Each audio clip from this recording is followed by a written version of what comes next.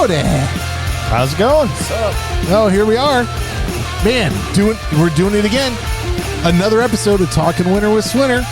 Live. Well, recording live. But we're here in the, Swinter Group's World Headquarters, St. Louis, Missouri. Suite. What? In the penthouse suite. In the penthouse suite. That's right. The northeast penthouse of the office right here. That's right. Yeah. My name's the weird guy by the elevators this morning. The weird guy. Oh, dude. That dude, yeah, he was like coughing and hacking and he looked all weird. Man, this place is so big. I didn't even know we had elevators. Well, it just goes down. Oh, Just one way. Sort of Aerosmith song, right? interesting. Well, yeah, kind of. Yeah. Yeah. You know. Awesome. Okay. Yeah, I just got off topic. Yeah, Doesn't matter. That tank's bad. You know what though? People are listening and they're going to listen intently because this. You know what? I'm going to place a bet. I'm going to place a bet that the title of this episode is going to get more downloads than maybe anything we've had yet because it's a hot topic. Man, that's tough. It is. It's a hot topic, and it's especially a hot topic this time of year. You know what it is? You guys. I mean, obviously we've been talking about it for the last 20 minutes. Yeah. Yeah. Yep. Inform us. Working with and getting paid by national companies. So there it is. Already, people's blood is boiling on all sides of this thing. Yep. You know, I actually did The a best of everyone is brought out by this. It is. You know, I actually did a presentation at SIMA on working with national contractors years ago at the symposium. Yeah. There's a lot of people in there. I felt important. I was like, whoa, what are you all doing here? Were your palms sweaty? Don't you have somebody else that knows what they're talking about to go listen to? I feel like there's a conference or there's a discussion about that topic every year given by somebody. There's got to be, because the thing is it's the revolving door, because there's so many people that have so many different takes on that. And yes, my palms are sweaty. It was crazy, but anyway, at the end of the day, there are people that make a bunch of money and do really, really well working for national contractors, and there's a bunch of people that just positively get screwed. And there's everywhere in between. Yep. It's a great place to start when you're starting out because they'll hire anybody. Well, and you know what though? It also, if you can figure out how to make it work, it's a great place to just live and be a subcontractor and be a second tier player. Generally speaking. Depending on what your business model is, it might be fantastic for you. Right. So I think that there's the topic of nationals and, the big companies and the little companies and how everybody works together. There are so many facets of that we can talk about that you could go on for a really, really, really long time. So I think for this one, this time of year, why don't we focus on getting paid? Got it. Let's try to keep about where we are. That's about where we are. I mean, season's wrapping up, so you've got your AR out there, and I mean it's very, very possible you've got a large dollar amount owed to you by some kid that was sitting in a cubicle somewhere in Chicago that swore to you that everything was going to be okay, and you're starting to wonder if that's really the case. Yep. And I mean, and so where are nationals are, these days it's been a long time, but they're a lot. Chicago and the Northeast primarily, right? I feel like they're all north. Yeah, Ohio, Chicago, Minnesota, Michigan. Yeah. There's a few out of Pennsylvania and the Northeast. Yeah, that's fair. Okay, so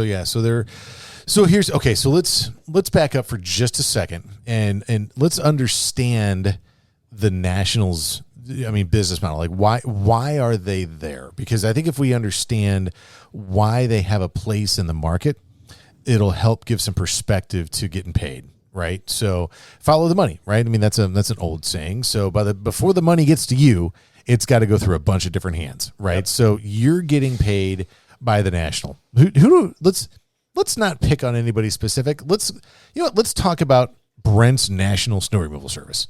Oh man, it's the best one out there. That's right. Some bitch doesn't pay his bills though. So all right. So anyway, so when you work for Brent, right? Brent has to work for somebody. So Brent works for bigger companies. So let's say big box stores or whatever, right? Some type of a national player, right? So what happens is you then follow the money and it gets to that end customer, that national big box, right? So, and it doesn't necessarily have to be a big box, actually. I should mention that too. I mean, there might be a hospital chain. It might be a pharmaceutical outfit. It might be a manufacturing facility. It might be a trucking facility. I mean, there are so many businesses that have national footprints right now.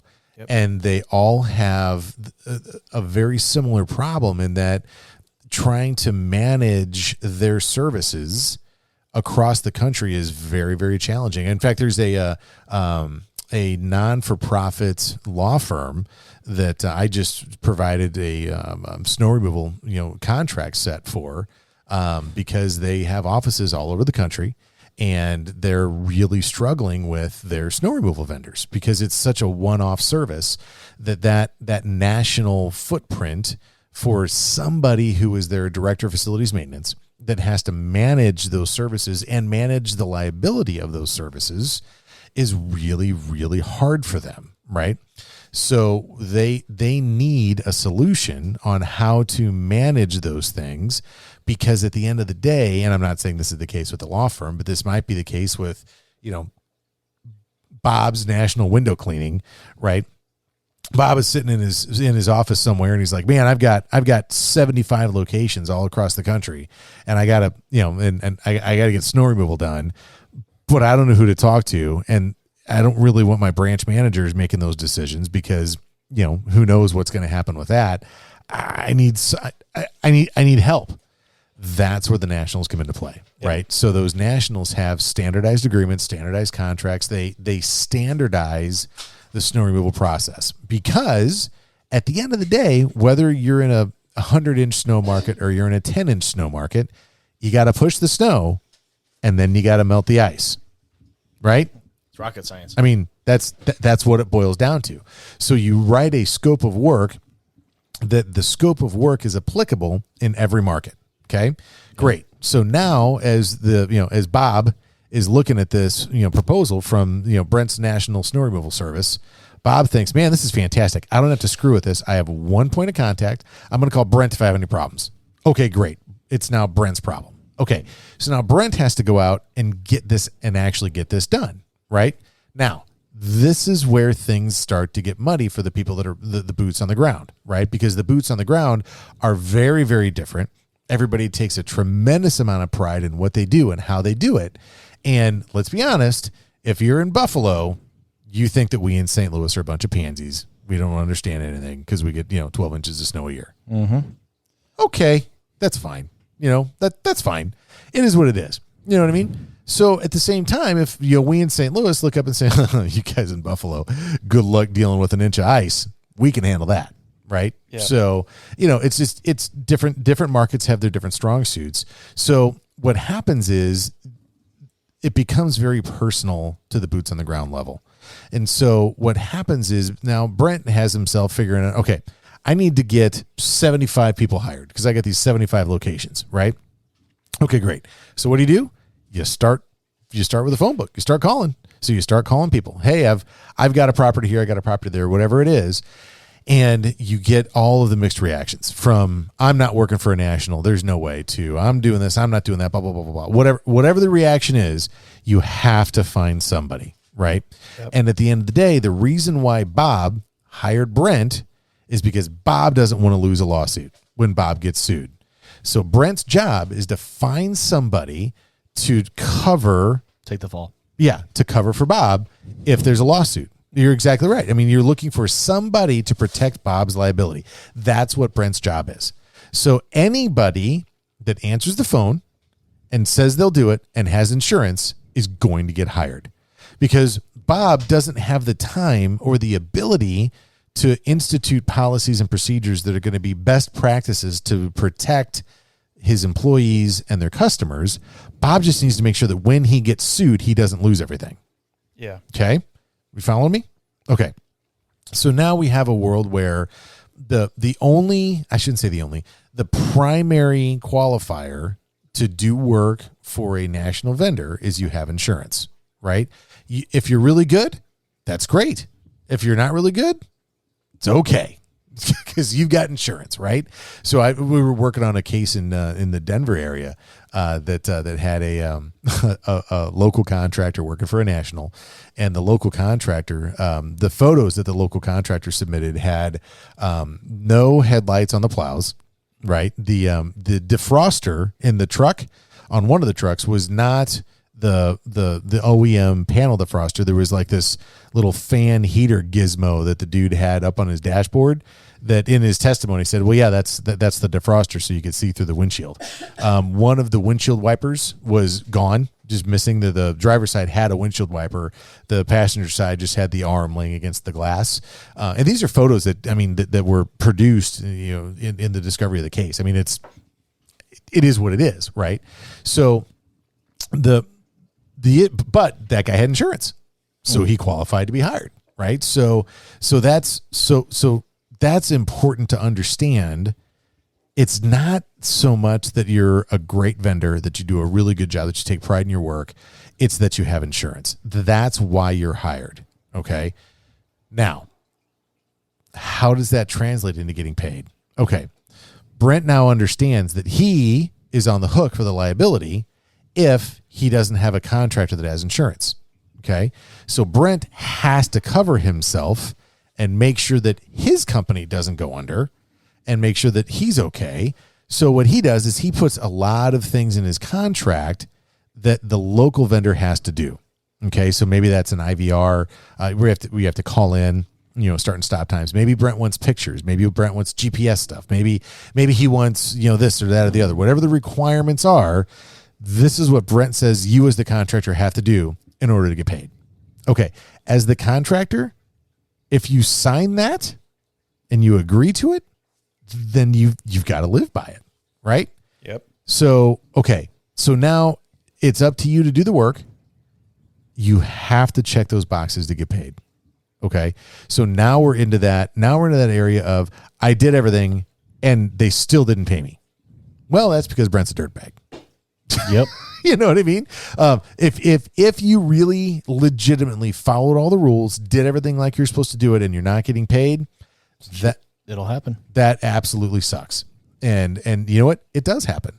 Now, the thing is what you can do with that is kind of up to, what the resources are that you have available.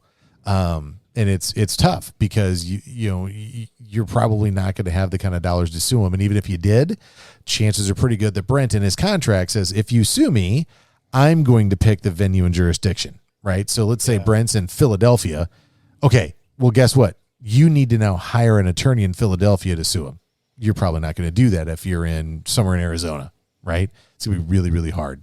So that boils down to, again, the contract and what the terms are. So in understanding how you got the call from Brent is where I kind of want to stay focused here, right? So for you guys, because I've been talking a ton here, Brent and Jason, questions, thoughts, comments on the whole Bob and his window cleaning chain hires Brent to manage all those locations. Does that all make sense? Do you see the value there? It makes sense. It's also really tough to validate that the company you're going to go work for potentially is an honest company. I've seen guys get online and go, hey, I'm thinking about working for this company. Anybody have an experience, or do they pay the bills? And all they get is, screw this guy. Don't work for that. Don't work for Nationals. Do your own work. All they get is badgered because they asked an honest question. Well, yeah, and I guess what I want to try to get to though is the understanding of why the Nationals exist, and that and that there is no world the Nationals are going away anytime soon. No, because the reason they exist is because at some point there was a gap, and that gap needed to be filled. And the way the market works is when there's a gap, an entrepreneur will fill that gap, right? And that gap is these larger national companies. Look at the birth rate of Dollar General at this point. They're popping up everywhere. Dude, they've got Dollar General Market now. Yeah, they've got a grocery store, yeah. Yeah, they're on damn grocery store. Yeah, it's crazy. Have you been in one? So I have not. I've not. Have you been in the one in Festus? Or no, they're over in Herky. No, I have not seen this. Yeah, directly across from the Buckeyes. It's weird that they're in places like Herculaneum Yeah. in Warrenton, or Okay. maybe it's Wright City. Where there's no other grocery store. Oh, that's true. Yeah. You saw where I was going with that. No, I just kind of connected. Well, the I dots. just thought maybe in the larger populated areas they would be, but if there are no other Fill in the void. services, yeah, they're see circular.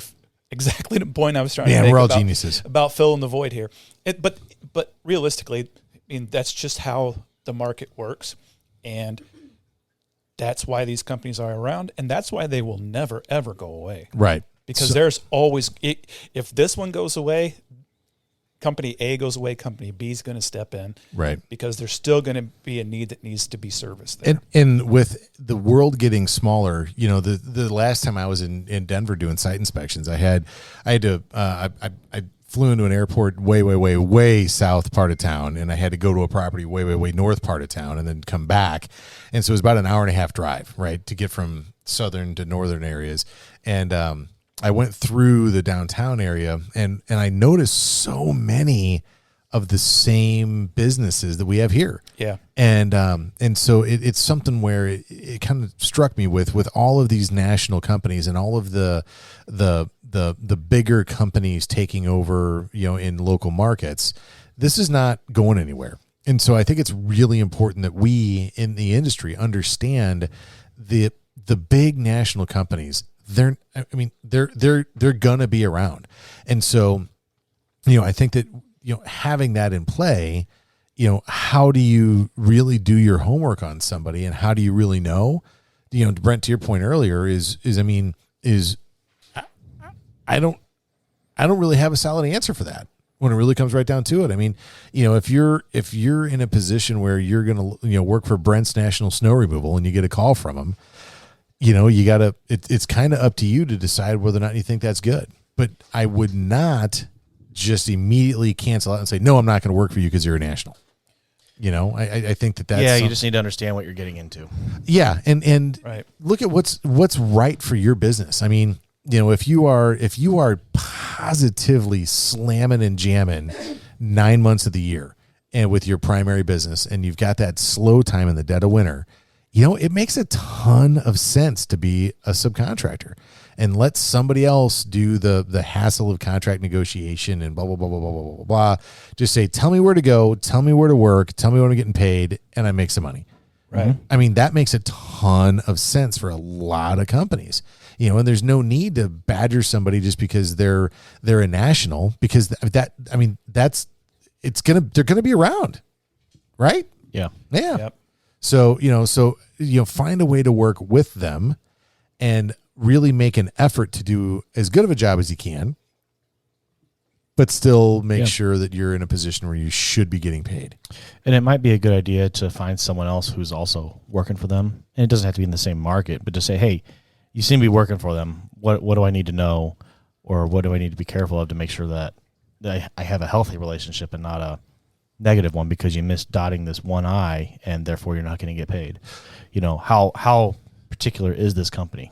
Well, and I think with that, something you could do is when they call you and say, hey, I've got this, I've got a series of bank locations in your town, blah, blah, blah, blah, blah, whatever it is, ask them for references. Hey, I'd like to talk to a half a dozen contractors that work for you in other cities. Can you give me one in 6 different cities, or whatever it is?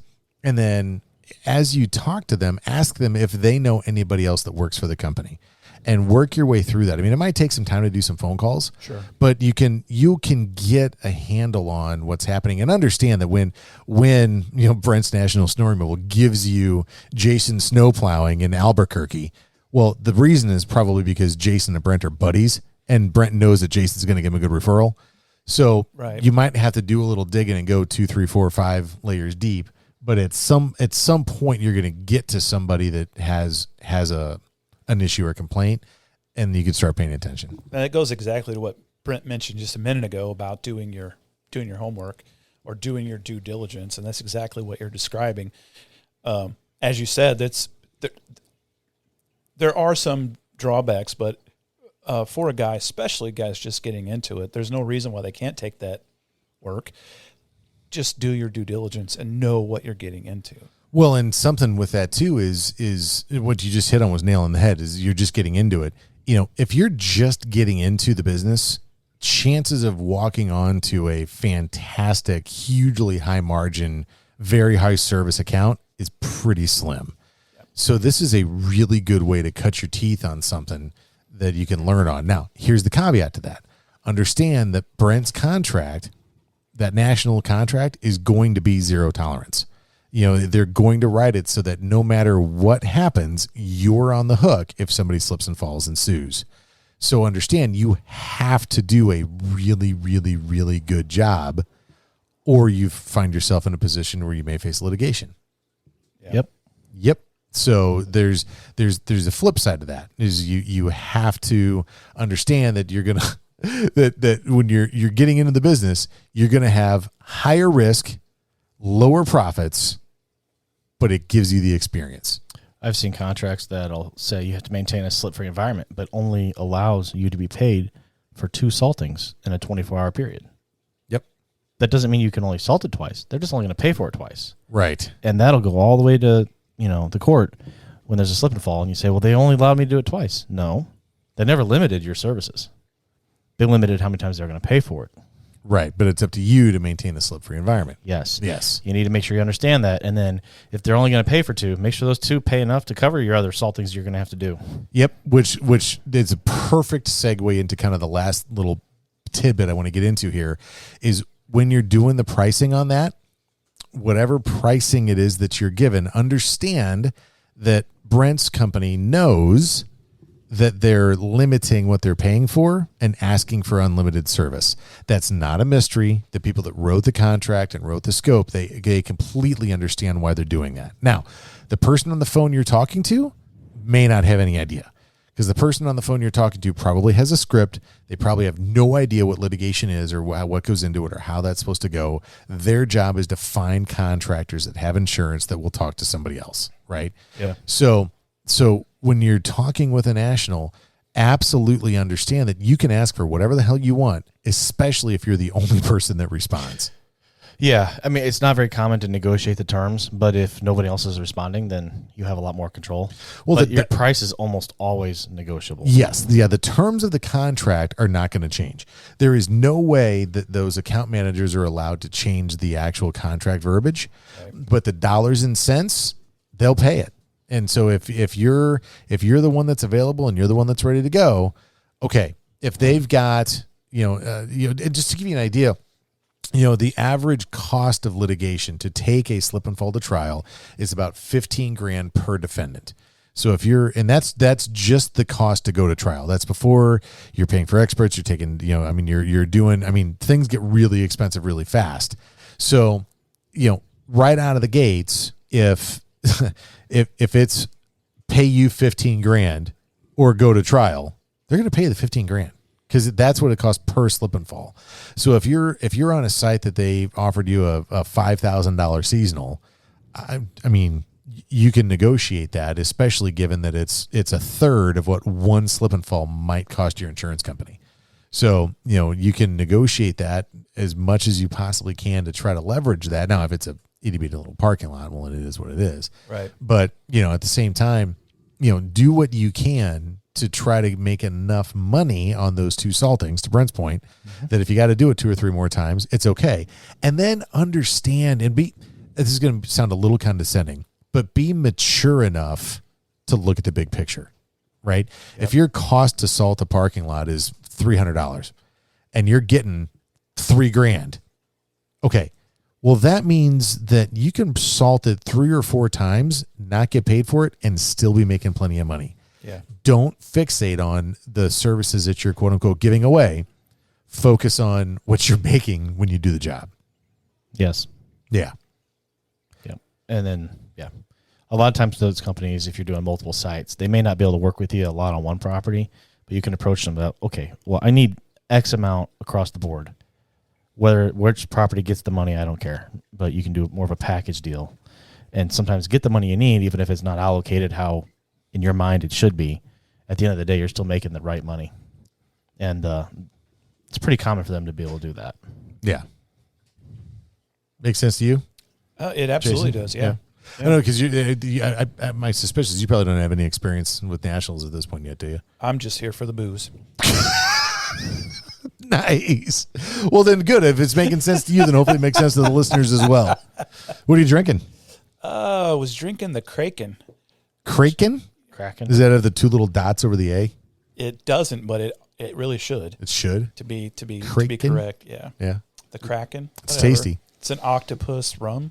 It's You know, really Nicole's got like some allergic reaction to that stuff. Like she'll smell Kraken and be instantly wasted. It's awesome. I want to see this. Oh, she's got her headphones in again. She's not paying any attention at all. Man. That's all right. We were just talking Now she about won't see you. it coming. Yeah, now you're gonna have to listen. We're not telling you. Okay. So, all right. So I think that's a pretty good dose of working with nationals. I mean, hopefully that all made some sense to y'all. Yeah. Yeah. We good? No, not yet. Oh, do it. Tell the people. Yeah, if you have any thoughts on the topic of this episode, shoot us a text 314-260-4352. Email us podcast@swintergroup.com or go to Twitter. Follow us at Swinter Snow Talk on the Twitter. Hit the like button, subscribe. We greatly appreciate it. Man, there you go. Can you subscribe on Twitter? Oh my God, we should do this on YouTube. Yeah. Oh, we got 4 seconds. We got to go. All right. Bye. Later, y'all. Ciao.